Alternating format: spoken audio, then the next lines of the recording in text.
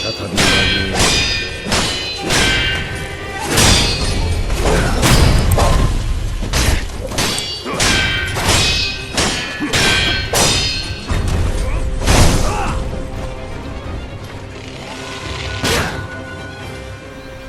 guys, how you all doing? So I got thinking the other day. Say I was poor and I had to start over and I didn't know how any better. How would I build passive income without leaving home? Like, sure you can do the Redbubble thing and slowly build, but you probably need, $1,000 at least, assuming like 3 weeks for like a marketing campaign to blow it up reasonably quickly. You need either a free or a paid subscription to an AI to break down the best place to put every dollar for your marketing campaign. You need an AI to make the art, you need Canva to edit it. You can get free AIs and free Canva and all that sort of thing. You might need a paid subscription of Canva to remove backgrounds, or you could do the sneaky thing with your regular phone. Then you need like the AI for keywords and all that sort of thing. Like, long story short, you'd need like $1,000 setup, and it's also a risk. There's no guarantee of a return, particularly not a return within, let's say, 6 months. Like, it'll probably be a couple of years. Dividends, etc. Like, they're easily the best way, but that is directly dependent on the amount of capital you have to begin with. You're looking at a 5 to 10% return on whatever you put in, basically. And that's assuming what you put it into doesn't, tank. Like, if you have the capital, obviously buy the shares, hold them. The shares pay a portion of the profit that the company makes in the form of dividend. Like, if you get enough of these, you can get like a guaranteed like large portion of money, like at least 3 times a year. Like, assuming like a 2 time a year dividend, the third payout obviously being, claiming all your franking credits back at tax time. Of course, like, that's assuming you could get fully franked shares as well. Like, however, like, long story short, the first 2, you need a bunch of capital for startup. You need one for Redbubble, and you need one for, dividends, franking credits, that sort of deal. It's a good way to go if you have the capital, but you need like $500 minimum to buy the initial amount of shares, and then you need like $100 after that for each set of shares you buy. $500 and $100 may not be something people have these days, especially in like a cost of living crisis, and especially if you're paying rent and trying to manage a budget where you're buying food and rent every week, and it's just like sort of wearing you down. In any case, we are assuming we don't have the startup capital for any of these things. We'll just make that a starting recommendation.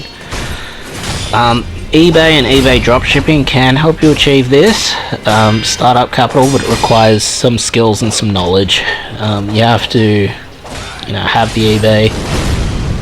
You have to set it up. You have to have an eBay account. You have to have the items, or to be able to supply them through dropshipping that you need to sell. You need to be able to know how much it costs to send them. You need to know the eBay cut that they get for both listing and selling the items, so you can make a profit. And you need to know how to, input tracking numbers and all that sort of thing. You gotta have some level of customer service. Like, all of that's like reasonably simple to learn, hard to master. It's hard to pick a winner, a dropshipping winner to make money off of. But in any case, where you would start would be, you would sell the items you have, and we're assuming you don't have any of these initial items to sell.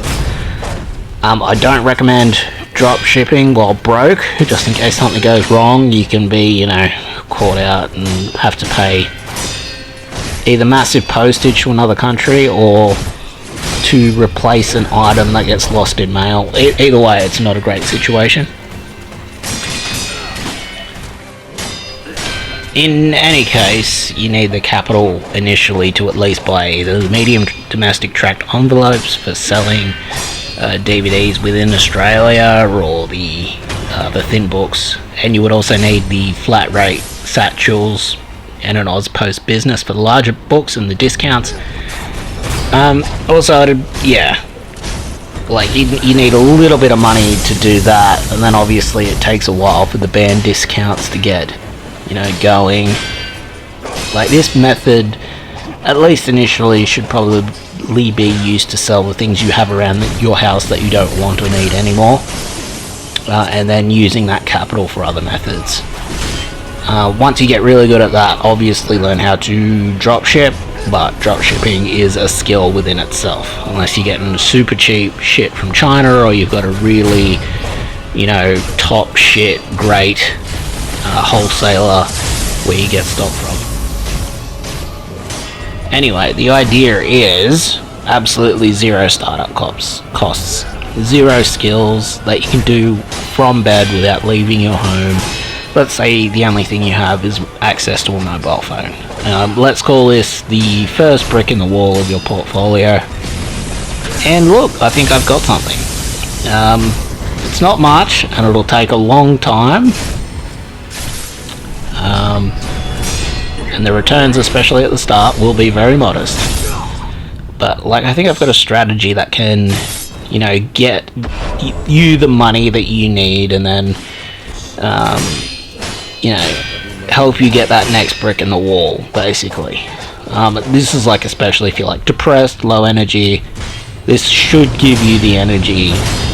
This should give you some modest success, let's say. And then soon you'll be discovering this shit for yourself and finding other bricks you can put in the wall, and then you'll have an escape or a distraction from, let's say, your depression, which is very likely justified given the way Australia and the world currently is, let's say. So if you're with CommBank, there's this thing called CommSec Pocket within CommSec. Within this, there's an option called Aussie Dividend ETF. It's an exchange-traded fund. So it's basically a managed portfolio, a collection of different shares from different businesses. And this basically acts as its own share unit, and it will pay out quarterly dividends from this. This has an entry cost into buying shares that is as low as $50. $50 is very attainable for our method for obtaining capital, startup capital. That's going to be our main brick. That's going to be how we start building our portfolio, just from absolutely nothing. But that's not going to be how we get the capital. How we get the capital is going to be a very boring method, unfortunately. This part's going to be using surveys to build up the approximately $50 amount of capital to buy the shares in this fund. As of this video, each share in this fund costs $58.20, and the return's pretty modest. It's 5.9%, meaning that the share pays out $3.43 annually, and this is paid out in 4 quarterly dividends of 85 cents. These are fully franked, I'm pretty sure, which means they're already taxed, so you can add 40% greater value onto that, which you can claim each year at tax time. You just got to present the franking credit paperwork on your dividend statement. This method, by the way, this was just chosen for low startup costs and a way to do it without having capital to invest.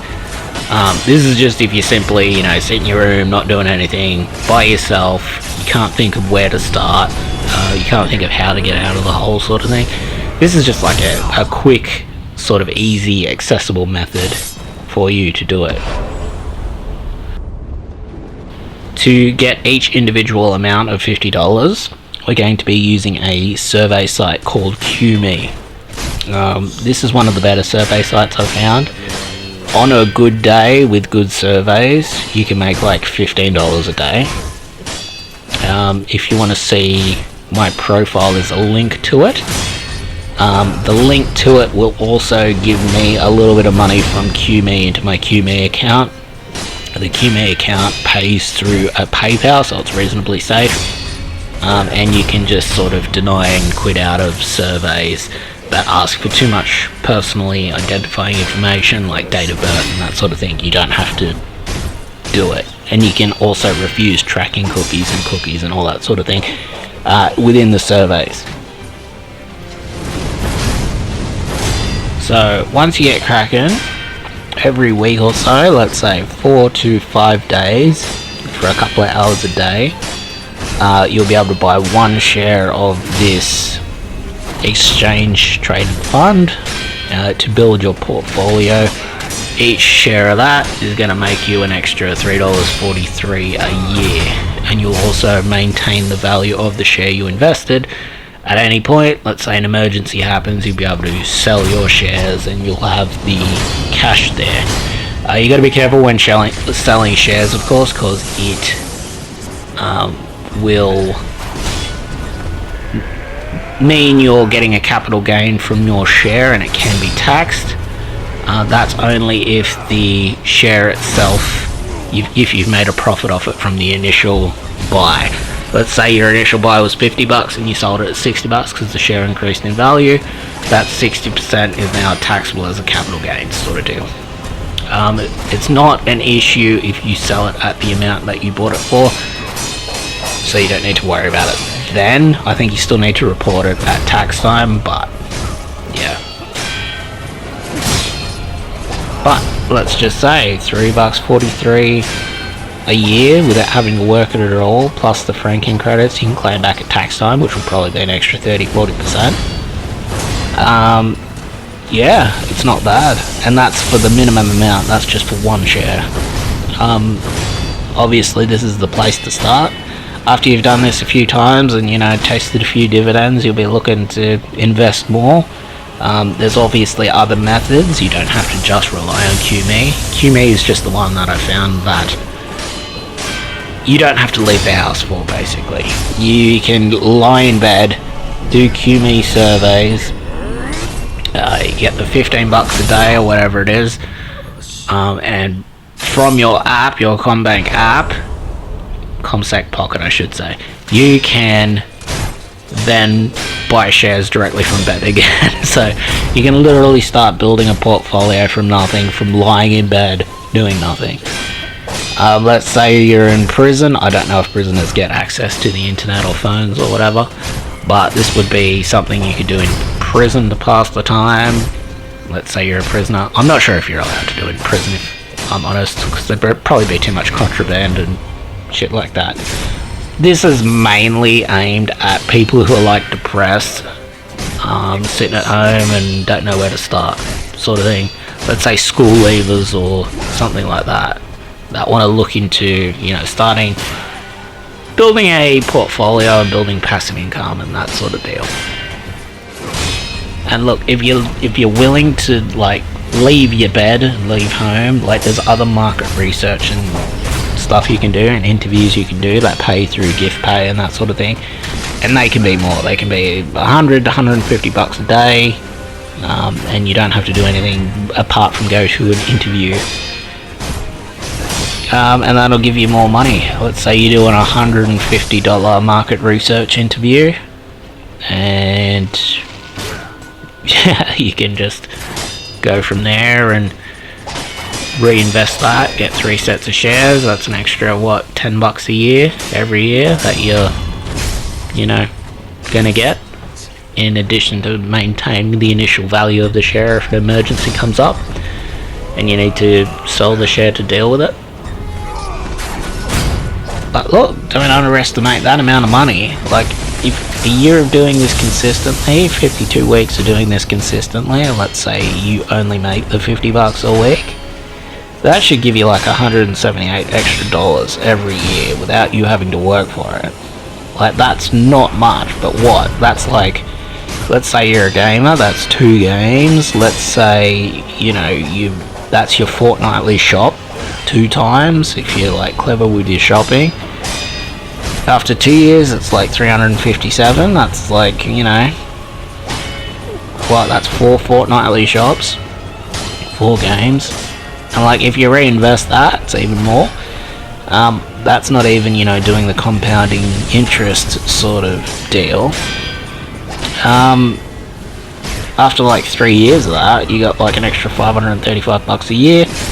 Hey, look, that's a week's wage for, you know, not doing anything, sitting in your fucking bed, getting a bit of money from surveys each day. Let's say a couple of hours a day. A couple of hours a day get you the $15, and then you invest it. Hey, look, you got a money tree at that point, and you did it fucking lying in bed, doing surveys, you weren't, let's say, a labourer fucking injuring your back, digging a gravel hole to plant something in, right? You weren't, you know, fucking getting skin cancer from the sun. You weren't, you know, sitting next to a fucking stockpile of sand, breathing it in, probably getting silicosis in your lungs. You weren't near any sort of, you know, paint stripper or, you know, industrial adhesive which has fucking carcinogen in it. You weren't near any Roundup. Hey, look, you fucking do it from sitting at home, lying in bed.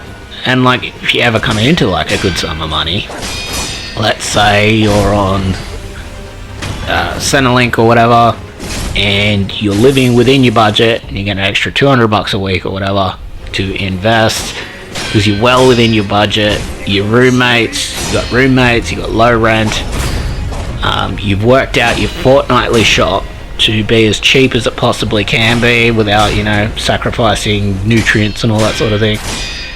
Hey, look, then you don't need to work, you get there a bit quicker. That's an extra, what, $100 a fortnight? Get there even quicker. Hey, look, and you keep this up long enough, eventually, you know, the amount of money you get reaches like the, you know, 10,000, 20,000 mark. Hey, look, that's a $20,000 wage you got coming in that you don't have to work for at all. Good way to go. And look, the best part of this is, let's say you're doing a 40-hour work week. Like, I don't think anyone has broken this down. That's the majority of your waking life if you're doing a 40-hour work week. That's absolutely fucking miserable. Not to mention, what, 30 to 40% of that, like if you're on 60 grand, it's something like 12 grand of that goes to taxes, which goes to fucking dog shit politicians' wages, their political causes, their destruction of fucking Australia. Like, do you really want to like give money to that? Especially when you see the pet causes of these politicians, which are like, a lot of the time they're absolutely fucked. Like, you've got Australia and Penny Wong fucking backing Hamas, recognizing a Palestinian state. Like, why would you ever fucking do that? That's like fucking stupid. Especially in Australia where you're not like a part of that. I don't get it. I really don't. But hey, look, if you want to work 40 hours a week and then do that, basically give 12 grand of that, what is that, 20 minutes of every hour you are at work to these fucking people. And look, office jobs, they're fucking bad. A lot of that is, you know, just sitting there watching the fucking time. You're watching the clock and the clock's not moving. Labour jobs, they're a bit better because obviously they're, you know, activating your mind at least, and you can actually lose yourself in physical labour a bit. So let's say you're like a labourer or whatever, you're digging a hole or whatever. You can, let's say, maybe not lose like, you know, the day, but you can lose like a couple of hours of the day at least. But like then after that you will still find yourself looking at the clock. And like, it begins to resemble prison, if you ask me. You're sitting there looking at the clock, you're not free, you're not doing what you want to do. Hey, look, that to me looks like a prison. Like, that to me is the idea of the Panopticon, quite frankly. You're there, you can't get away, you don't have a choice, you kinda gotta work there. There's other things you would rather be doing.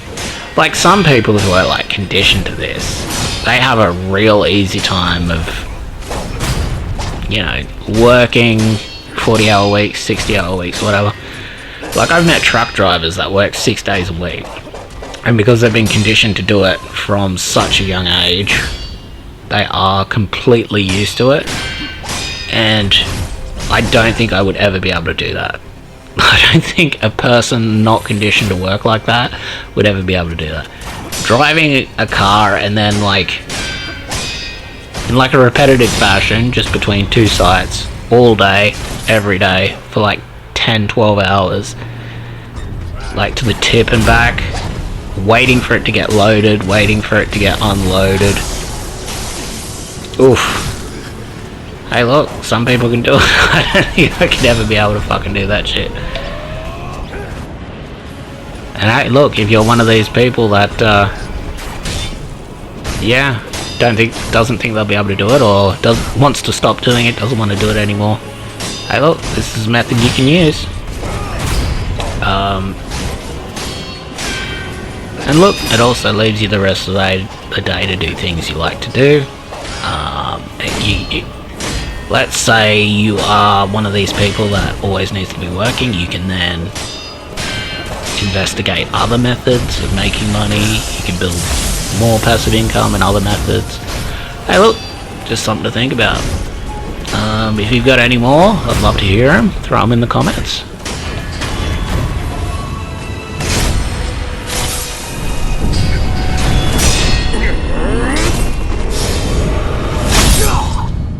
Oh, shit.